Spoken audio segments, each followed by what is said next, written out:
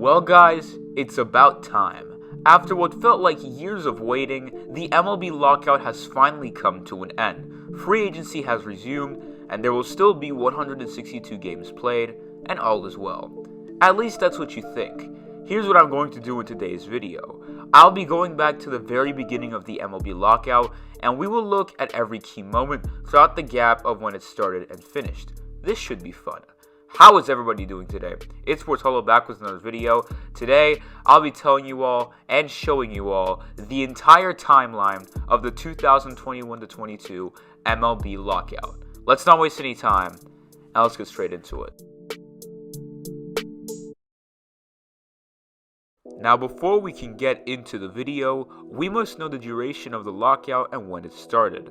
Well, the MLB lockout would officially begin on December 2nd, 2021.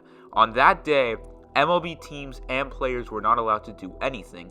Teams weren't allowed to sign or trade anyone, and free agents couldn't be signed. The MLB lockout would last 99 days, but to be honest with you, I think we all thought this lockout would probably be even longer due to how Rob Manfred was not doing his job right. We'll get to the Rob Manfred slander in a bit, but for now, let's go through the main events of this MLB lockout.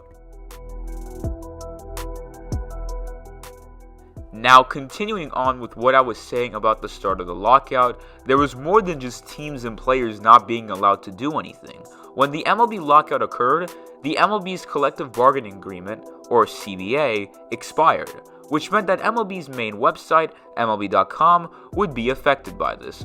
Players would no longer have their own photo as their profile, and it was instead a silhouette of a baseball player. And as for news, MLB.com decided to go down memory lane and talk about moments that occurred in the 90s, basically talking about everything in the past except for today. This would only be the start to the recipe of a disaster.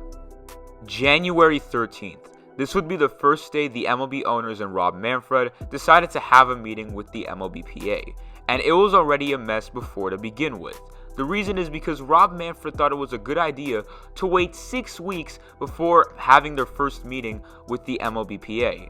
I'm just saying, if the negotiations would have started 1 week after the lockout started, then I am sure they would have come to an agreement way sooner. But anyways, let's get to this proposal. So the MLB decided to offer the MLBPA, according to CBS, an increase in the minimum salary, tweaks to draft pick compensation, and adjustments to the draft lottery system that would be implemented to curb tanking. The MLBPA, or the union, did not like this offer at all, and this would be the first of many rejections from the MLBPA.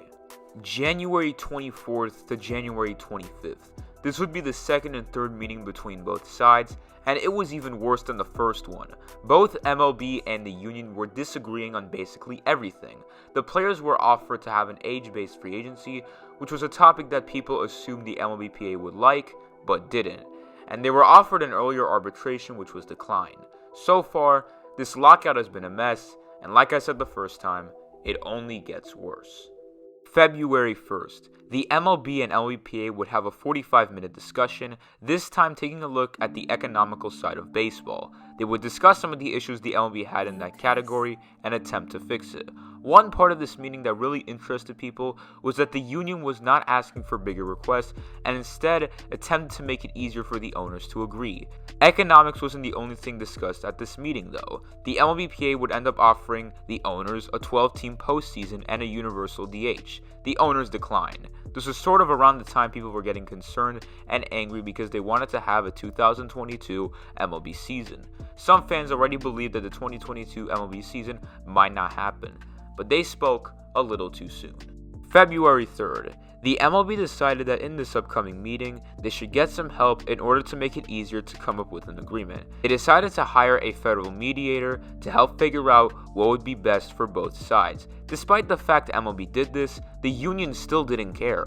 If anything, this made them more irritated. They criticized MLB, saying that they never promised the proposal they said they were going to give. This was only creating more and more heat, and people would become more doubtful on having an MLB season. February 10th. Both sides would once again fail to come up with an agreement, but Rob Manfred promised his fans that a deal would be done before they would have to cancel games. Keyword: promise.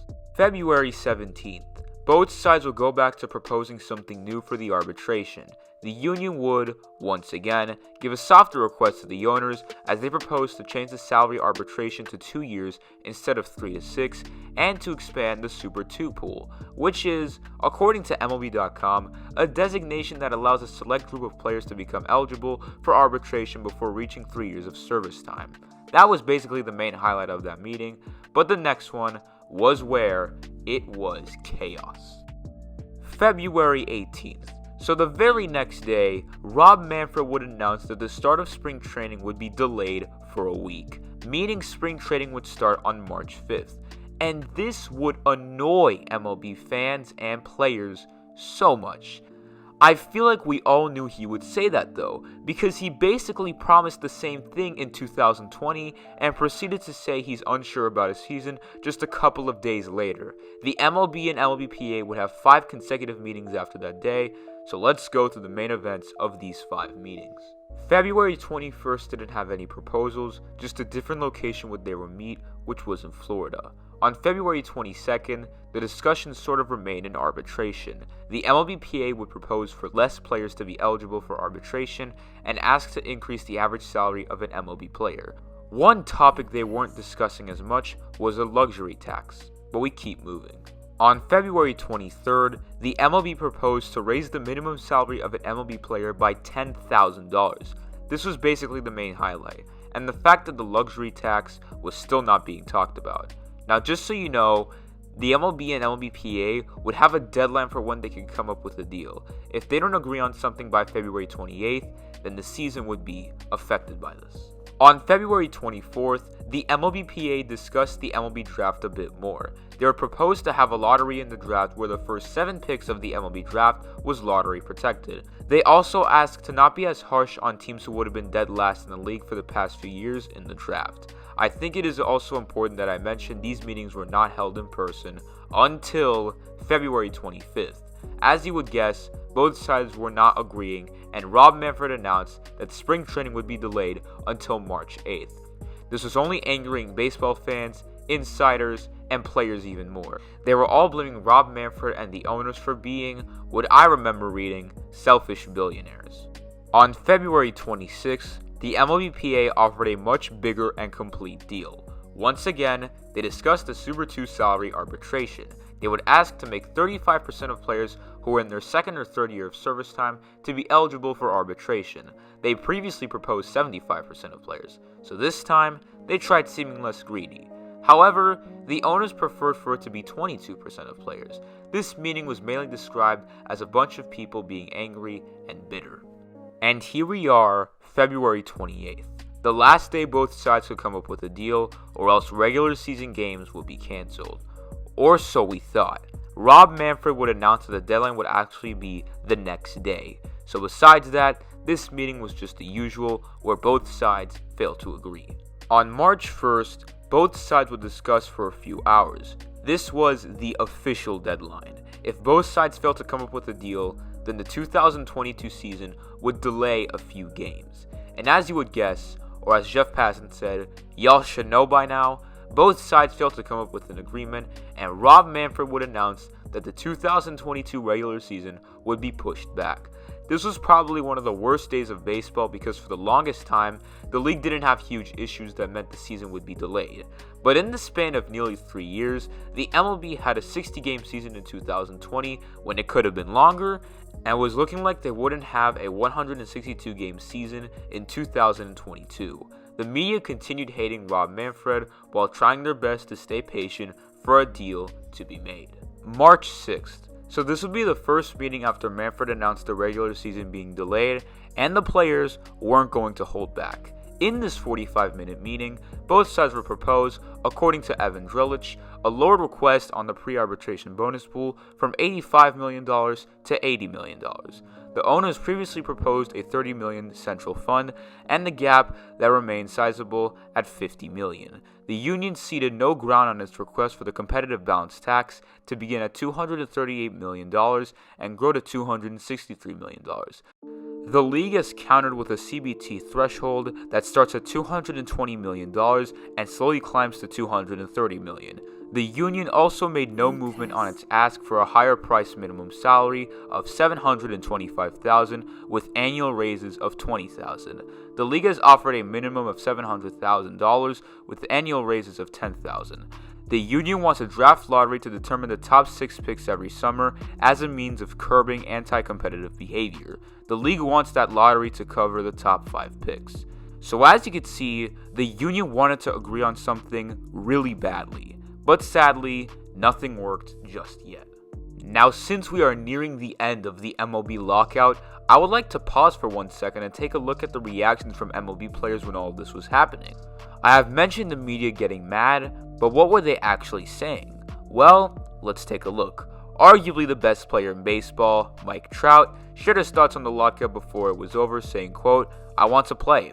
I love our game, but I know we need to get the CBA right. Instead of bargaining in good faith, MLB locked us out. Instead of negotiating a fair deal, Rob canceled games. Players stand together for our game, for our fans, and for every player who comes after us. We owe it to the next generation." That got a lot of fans happy, seeing the best player in baseball taking a stand to tell the owners and Rob Manfred to get it together. Majority of the players were just sharing their thoughts on social media, saying they want baseball to come back, and Manfred is horrible. But there was one tweet made by Walker Buehler that is very interesting. Take a look at this. Pause the video and read these tweets, and tell me if you agree with Buehler or not. So yeah, just to give you a quick recap of how MLB players were reacting, it was just how people thought it would have been like. March 9th, the second to last day of the lockout, and it wasn't a great one. Rob Manfred announced more regular season games being delayed, and the main topic that the two sides discussed in that meeting was an international draft. But finally, after what felt like ages, on March 10th, both sides would agree on a new CBA, and I can proudly say baseball is back.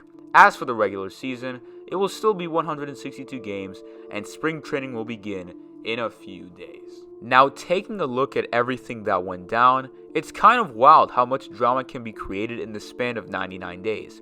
I think there is only one way we can have normal baseball without any issues again, and that is by firing Rob Manfred. I've said it a million times before, and I'll say it again, but if we want to have no more issues, get someone in there who is capable of playing that role in a major sport. Hopefully, we never have to witness another lockout with this much drama ever again. And that is going to be it for today's video, guys. Thanks for watching. I hope you enjoyed. If you're new to the channel, please consider to leave a like and subscribe. I would really appreciate that. And as always, I will see you all in the next video. I'm out.